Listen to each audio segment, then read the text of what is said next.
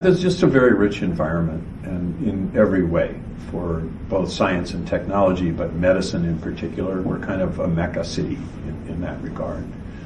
So WellMan not only participates in that, but drives it. We are a local resource that people can come to with their unsolved problems or with their need to collaborate.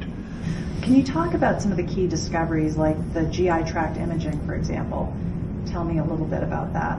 Sure. So that, as an example, you probably know in medicine that we poke tubes in people a lot just to take a look at things. It's so-called endoscopy. And that requires often a physician. You have to sedate the patient. It's done not without risk.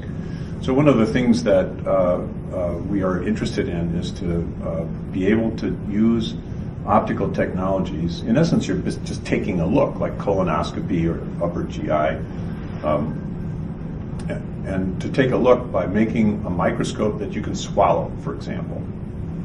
And in the esophagus, when you swallow something, your esophagus grabs it and pushes it down toward your stomach. Dr. Tierney in our lab has produced a device that will image your entire esophagus on the way down, and with extreme accuracy, seeing things that you cannot possibly see just from an endoscopy point of view. At the end of the day, that's a very useful way of screening people for things like esophageal cancer and something called Barrett's esophagus. The same kind of paradigm can be done in other places, the airway, the colon, and we even have strategies to get these kind of microscopes inside your body and leave them in there so that we can monitor what's going on, let's say after an organ transplantation or something like that. So these things all sound very high tech, and it is actually on one end it's very high tech. On the other end, we can actually take optical diagnostics and marry them up with your smartphone and provide a diagnostic that's useful to the consumer themselves.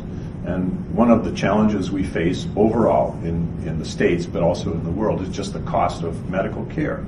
So a lot of times the new technologies that we can come up with, what drives it is actually being able to provide care, make it more accessible and more affordable. And that's one of the drivers behind this kind of live microscopy. And to your point, you can also apply it then to other technologies or specialties. Sure. One of the things so we're probably the best lab in the world for this detailed imaging microscopy in the human body.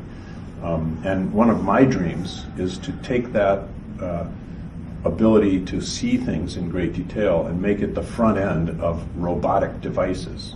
So you take therapies and you take high-speed imaging, you put them together, and you have a capability that literally doesn't exist right now anywhere in medicine. We haven't done that yet. I'm just saying, there's these opportunities to taking the platforms that we have already invented and discovered and kind of putting them together. At a place like WellMan, it has a unique capability of focusing on specific problems that it's looking to solve. And the nature of the problems are such that they are solvable, but more importantly, they're important. And in the case of WellMan, the definition of a problem is an unmet clinical need. So the ability to focus on what patients require in ways that patient needs are not currently being met puts a pretty sharp focus on the kinds of innovation and the importance of innovation in an institution like WellMan.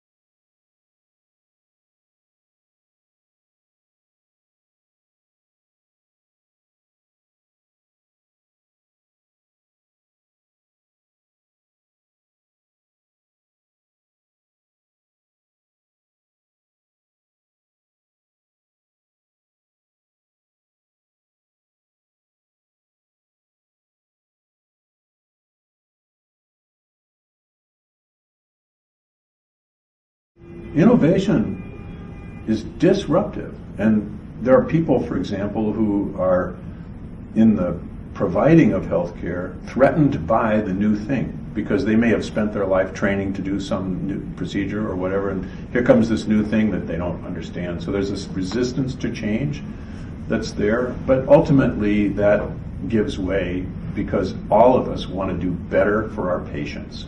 And if you just keep that one thing in mind, what is it that's best for the patient, then all of the forces line up. Everybody from the hospitals to the doctors to us at WellMan, the scientists, to the insurance companies even.